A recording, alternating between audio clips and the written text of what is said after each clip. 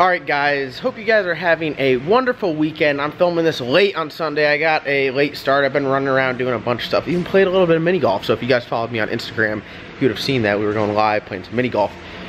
Funny enough, there's a mini golf course right across the street. But the old Rooster is the topic of today's video.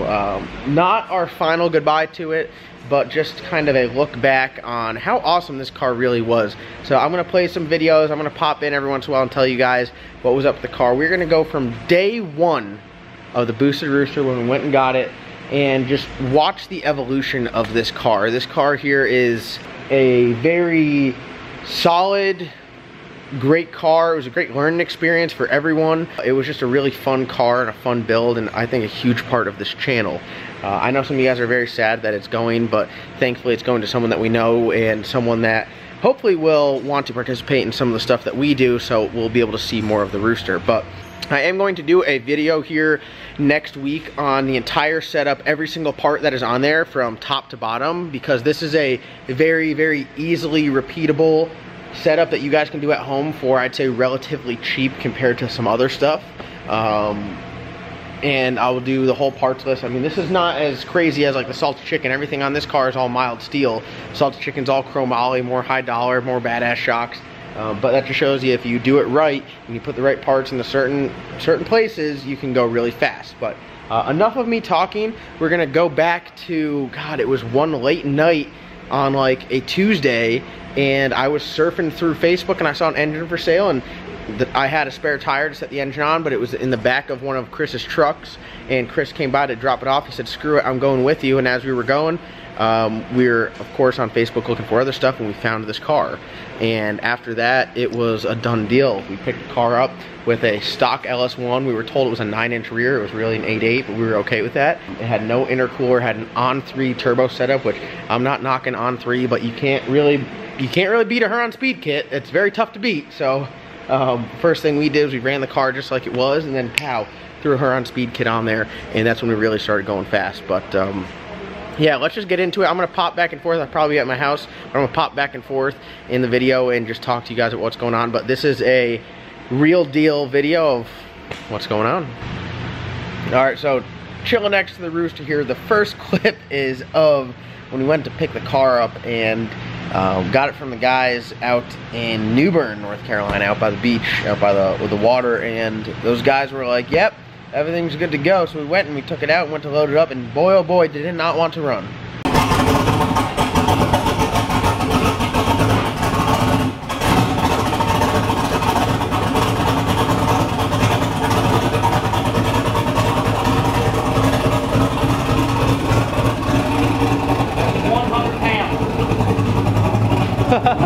You're getting the fixed ones, right? You're getting the fixed headlights.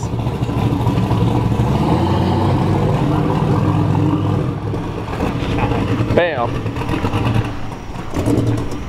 Don's like, oh, we need to lower the tail back in. So after we got the car back, the first thing we noticed is obviously it does not have an intercooler. Non-intercooled is just not something that we were wanting to go into, running pump gas 93, and just wasn't having it. Really wasn't excited about that. So what we did is we went home, we pulled an all-nighter, and we fabricated our own intercooler system, our own cold side, which I wouldn't say we fabricated. We just used an assortment of vibrant pieces and silicone couplers, and we were able to make it work with my old ProCharger intercooler. Once we had that done, the next day we went right up to the dyno at RPM Motorsports where I was working at the time, and Ryan threw it on the dyno, and it was definitely interesting. It had no sensors where they needed to be. It was pretty much just tuning blind. It didn't have like one sensor on it, and Ryan did a great job of getting it dialed in, because before it wouldn't even run, and then he got it to idle good and make some power. All right, we're just gonna make another pull here. I'm not sure if that's even a boosted pull or what the changes are. This thing is definitely a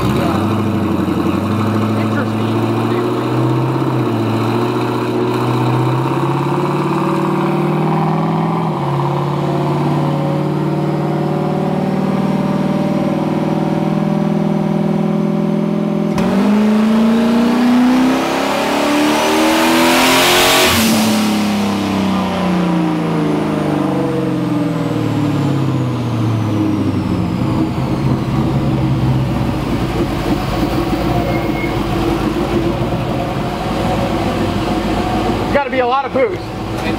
Huh? That's got to be a lot of boost because that old LS1 with no intercooler, no meth, is making some power. God dang. So we went straight from the dyno right to the racetrack, Glot Motorsports Park, and before we could do anything, my boy Wes got his hands on a vacuum line and decided to pin the gate shut without telling anyone. So we went out there and I let go of the button expecting just a little bit of boost, and pow, it made all of the boost.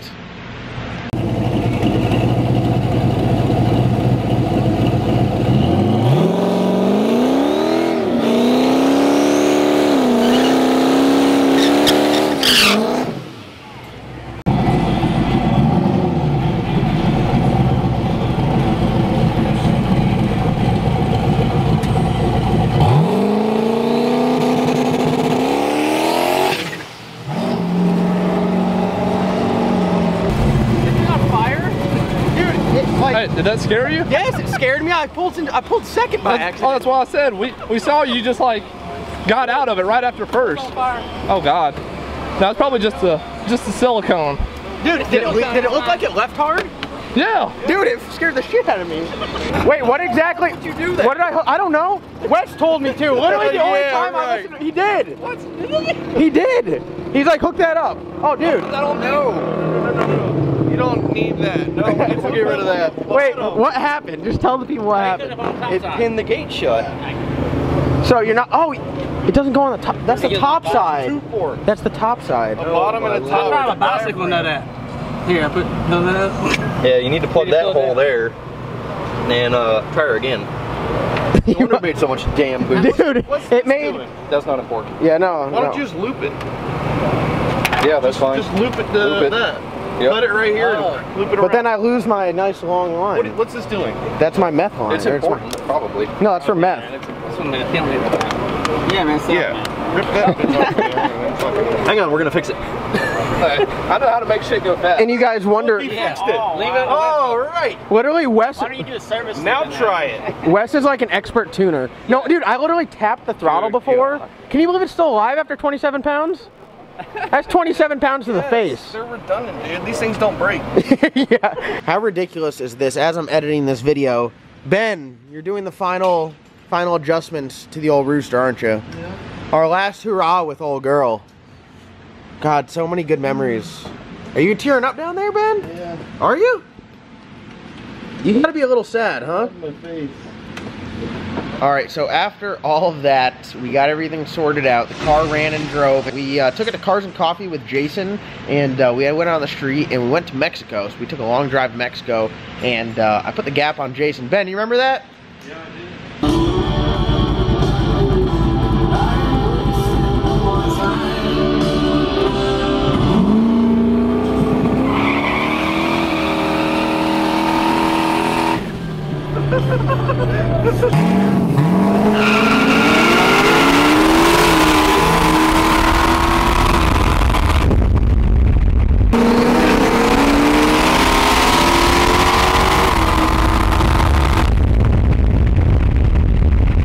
So after the beatdown with Jason, it was time to go to the track and see what the old LS1 could do, and unfortunately for that LS1, that track day was its last. We went there, we went pretty quick. I think we went like a 6:13. Didn't we go like a 6:13 or something? 6:20, and after that, the last pass it made, it got hot, and it puked all the coolant out, and the next time I went to drive it, it knocked all the bearings out of it. So it was a good LS1, but it couldn't hang with the LS Nasty crew.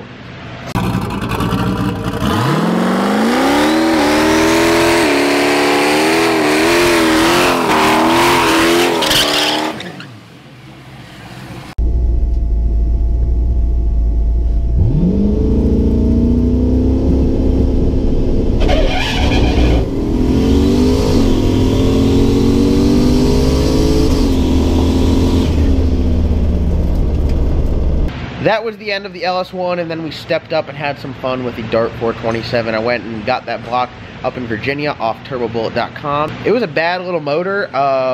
We knew the whole time that it was going to be converted into a race engine and go in the salted chicken, but hey, at the time, we were all looking to have some fun, and there was no better option than that 427, so that's what we stuck in there. At this point, we have been converted over to the Huron Speed turbo kit. John set us up with a nice 85mm turbo that was going to be for a 5.3 that we were originally going to run, but decided to go with the 427. So right out the gate, had a ton of power. The car worked well. First thing we did is we got it kind of dialed in on the street, and then we took it right to Glot and we did some no prep testing.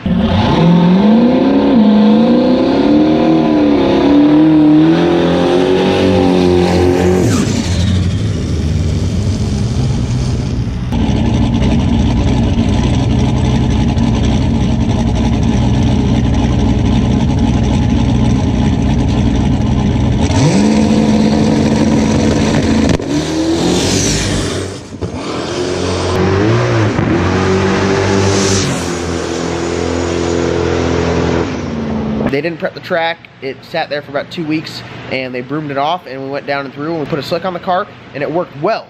We weren't real big fans of the slick, but we gave it one more shot at Fayetteville Motorsports Park. We ran a 28 class there, and you could say it got a little hairy, where we got a little sway side to side and had to do some driving there, but everything ended up good, and yeah, it was a little sketchy.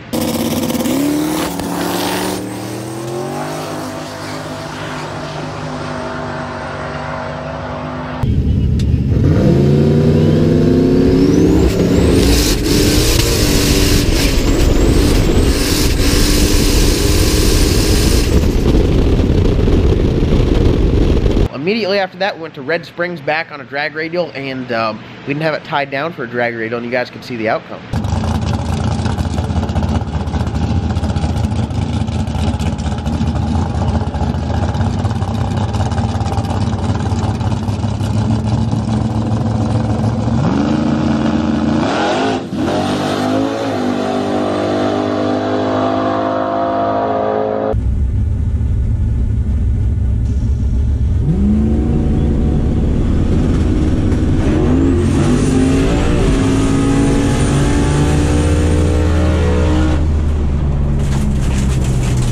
So after the wheelie, we did notice it pushed a little water, which was weird for an aftermarket block. We went and inspected it, and we found out that it was missing some of the bolts for the head studs.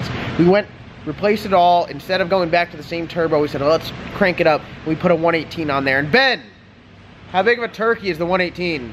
That's awful. Like 1 to 10, rate it. I'd say it's a 2.1. 2.1! 2.1! It doesn't matter what you put it on. You can put it on a 632. It still sucks. So we didn't enjoy the 118 too much, but it did create a kind of crazy video where it helped heat the transmission up because it was so big, struggling down the two-step, that it did melt the transmission line, and we had a transmission cooler line failure, which made a very interesting time in the shutdown.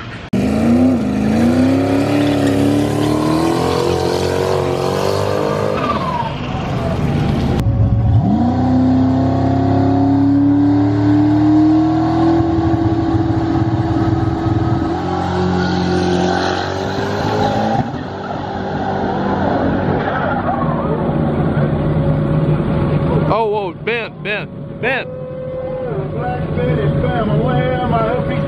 Alright, so that was just a little bit of overheating the transmission, blowing a transmission cooler line, and yeah, it was pretty exciting. After that, kind of went through everything, took all the Chinese stuff that was still on that car from when we got it off, and we did an upgrade. We put a TRZ anti-roll bar on the car. If you guys need anything, the link for TRZ Motorsports is always in the description below. This is their anti-roll bar. I have a couple other pieces for them that are on the race car. Definitely need to check them out. And we switched the turbo from the 118 to a Jose 88. At that point, things started making more power.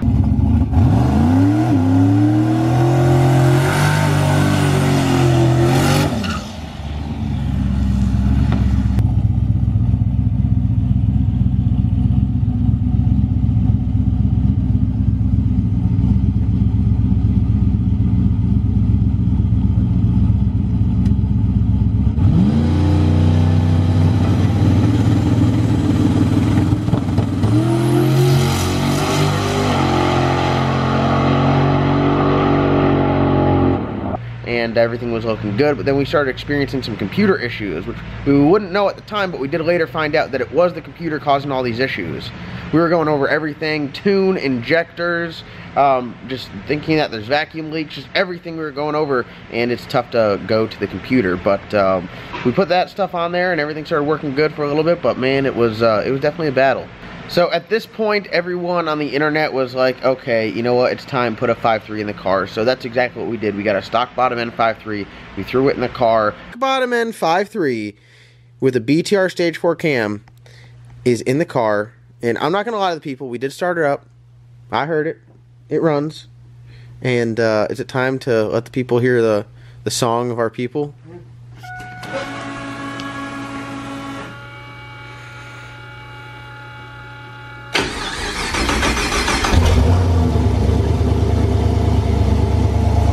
We tried it with the 88 and it did not like that at all.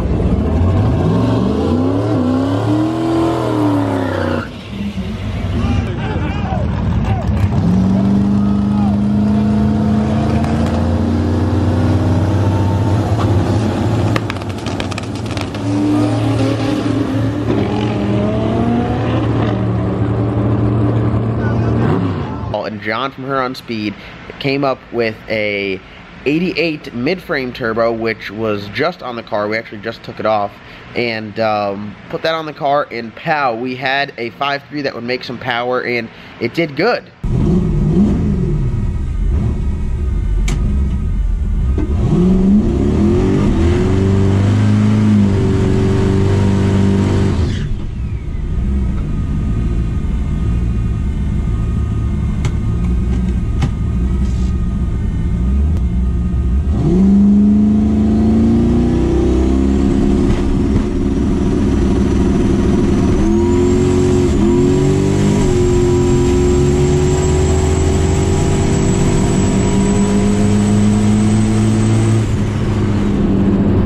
Alright, so after we had some fun with the car, pulling wheelies, we tied it down, we went for the 8s. We ended up going 883 at 148.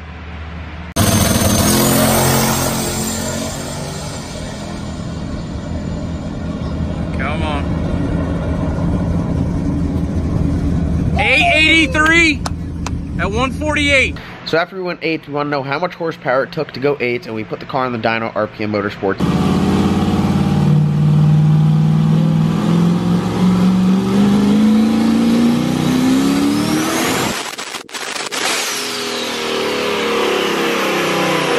Ended up making like 806 horsepower, and right after that, as we were making our last pull, it started to nose over, lose oil pressure, everything started going downhill, and that motor was spent. So we took that engine out and we put a forged 5.3 with a K1 crank, rods, I'm not sure what rods they are, and Wiseco pistons. Put the same camshaft back in there. We put different lifters in there, still L7 lifters, and then we had just standard rocker arms, GM rocker arms with a trunnion upgrade, some chromoly push rods. Put the car back together and turned it up. We went right to Streetcar Takeover Bristol. Actually, we messed around with it a little bit down in Orangeburg. We ran it a couple times and we tested it a lot. We went a 541, so we were able to get like another 2/10 out of it, really lean on it a lot more.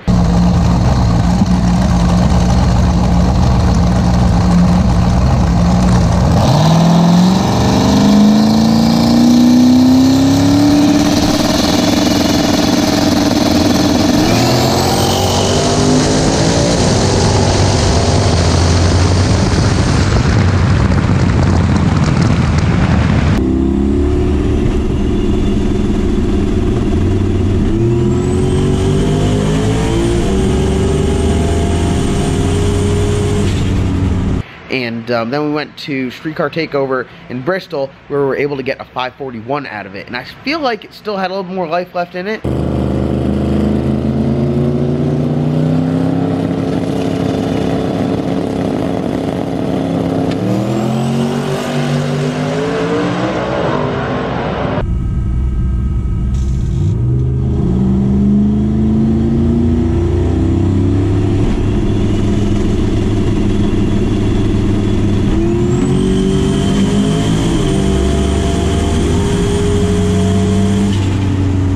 Ended ended up lifting the head gasket, and that brings us to where we are today with the new owner taking ownership of the car, sending some new parts, and getting the car ready to go racing for him. Now the owner, like I said before, is looking for a car to go 50s and 60s, which this thing should be able to do all day. When we try to go 30s and 20s, it's when we start hurting stuff. So 50s and 60s, the setup is pretty good. The engine only has a handful of passes on it.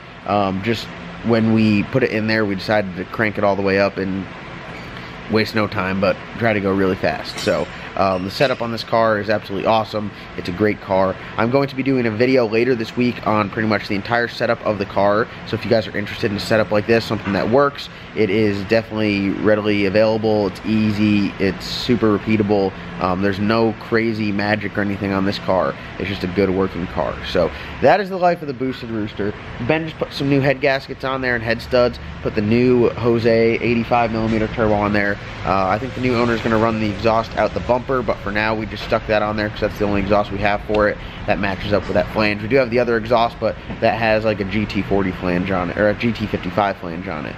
So all back around, what we're going to do is we're going to do a converter change on it, and then we're going to get the owner down here and take it to the track and test it with him, make sure he's happy with it, and then it's the end of the Boosted Rooster on the John Doc channel, unless the new owner wants to come down and do some racing with us. So other than that, that's going to wrap up today's video. I do want to thank you guys so much for watching. If you haven't already, go down and get your new LS Nasty t-shirts. I got them in the description below. I got the American flag ones coming out. They're actually already out for Memorial Day, and American flag hats are new on the website, so check that stuff out. And other than that, hope you guys have a wonderful day. We'll see you guys in tomorrow's upload.